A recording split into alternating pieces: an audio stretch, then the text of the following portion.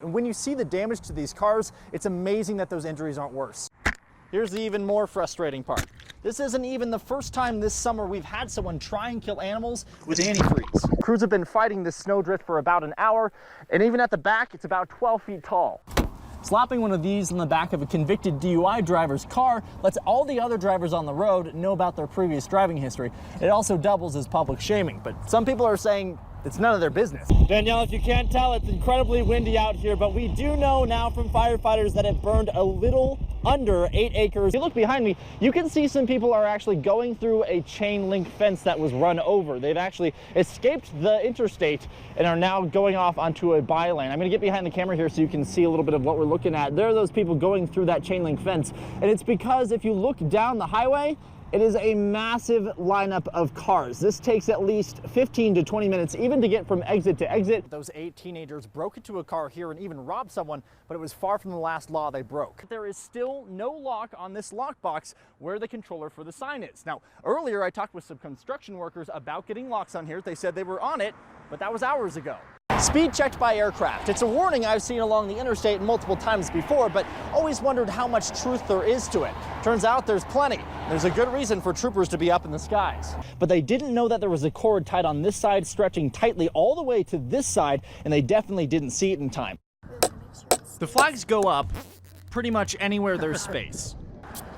It's tough soil, but it's the American soil that Sergeant Elliot Robbins lived for, fought for, and died for. 11 News reporter Spencer Wilson shows us how the drivers that struggled over the last 48 hours.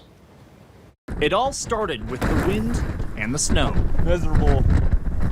Worst experience of my life driving. Sometimes people just needed a push to get free and out of the way, something I was happy to provide. But many more never made it out. Those drivers blocked crews trying to plow, then blocked the entire interstate today. Drivers started taking alternative routes. Patience is a virtue not a lot of people seem to have anymore, so. A broken fence could only let out so many drivers. Eventually, a conga line of semi-trucks stretched for miles. Well, we want to go.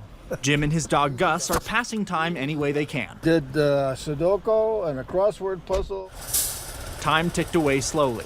And even with the hum of these engines, you could still spot some drivers snoozing along the rows of trailers. Yeah, you control what you can control.